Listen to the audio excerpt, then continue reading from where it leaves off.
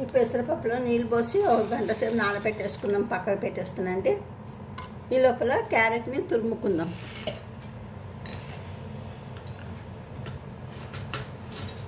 మరి సన్నగా వద్దండి, కొంచెం చూడండి దీంతో చేయాలి. ఇటువైపు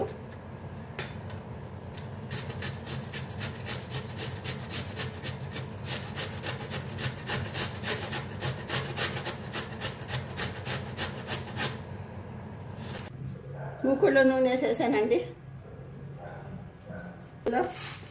కొద్దిగా శనగపప్పు, కొద్దిగా మినపప్పు, కొద్దిగా ఆవాలు, కొంచెం జీలకర్ర,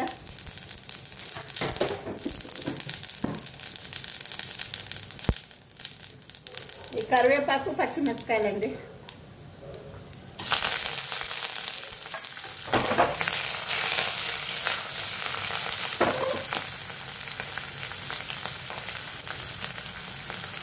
ఇందులోనే కట్ చేసి పెట్టుకున్న వెల్లుల్లిపాయలు ఉన్నాయి కదా, ఒక 5 వెల్లుల్లిపాయలు కూడా నేను వేసుకున్నానండి. వెల్లుల్లిపాయలు వాడాలండి పోపుల్లో వాటిల్లో, ఎందుకంటే బీపీ ఉన్న వాళ్ళకి, బ్లడ్ ప్రెషర్ ఉన్న వాళ్ళకి ఇది మంచిగా వెల్లుల్లిపాయలు ఒంటికి.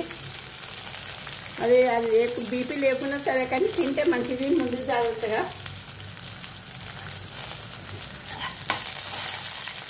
ఇప్పుడు ఈ ఉల్లిపాయలు వేసేద్దామండి.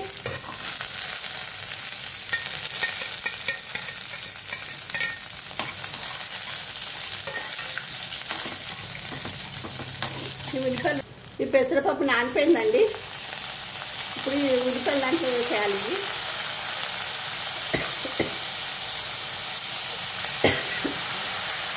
సారీ కొంచెం పసుపు, ఉప్పు వేసేద్దామండి.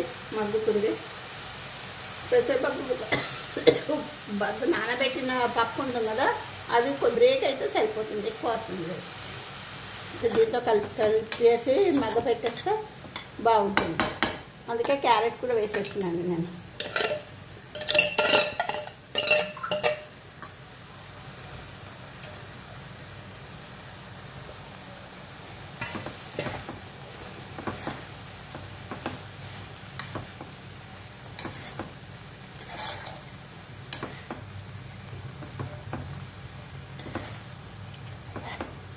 ఈ రెండు పెసరపప్పు, క్యారెట్ రెండు ఈక్వల్ పోర్షన్లో తీసుకోనండి. ఒకటి ఎక్కువ ఒకటి తక్కువ తీసుకుంటే దేని రుచి దానికే ఉంటుంది. అప్పుడు దాని రుచి తేలిపోతుంది.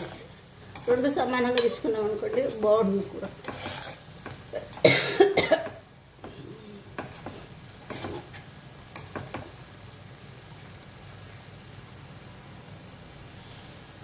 ఇలా పెట్టేసి పెట్టేద్దాం.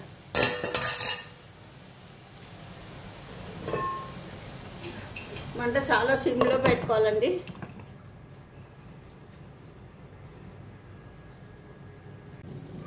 కూరని మాడిపోకుండా మధ్య మధ్యలో కలుపుకుంటూ ఒక అడుగంటుతుంది అంటే కొంచెం వేడి నీళ్ళు కొద్దిగానే చిలకరించుకోవాలండి. చిలకరించి మూత పెట్టాలి. ఆల్రెడీ 3 వంతులు ఉడికిపోయింది ఇది, కానీ కొంచెం పప్పు బద్దా విరగాలి కదా, కొంచెం అప్పటి వరకు ఇలా నీళ్ళు చల్లేసాను. కొద్దిగా సిమ్లో పెడదాం.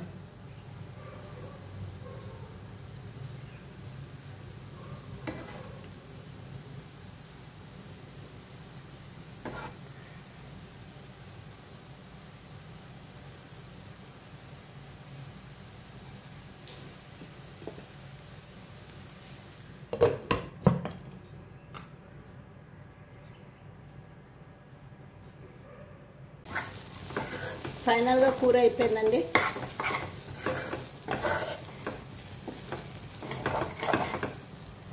ఫైనల్గా కర్రీ అయితే అయిపోయిందండి. మూంగ్ దాల్, క్యారెట్, మన పొడి కూర లాగా చేశాను. కొంచెం పైనుంచి కొత్తిమీర గార్నిష్ చేసుకుంటుంది. చూడడానికి అంత ఆకాకుందని, అది ఎంత ఒంటికి కూడా మంచిదండి. కొత్తిమీర ఇలాంటి ఆకుకూరలు ఎక్కువ వాడితే మంచిది, నా ఉద్దేశంతో చేసుకున్నాను.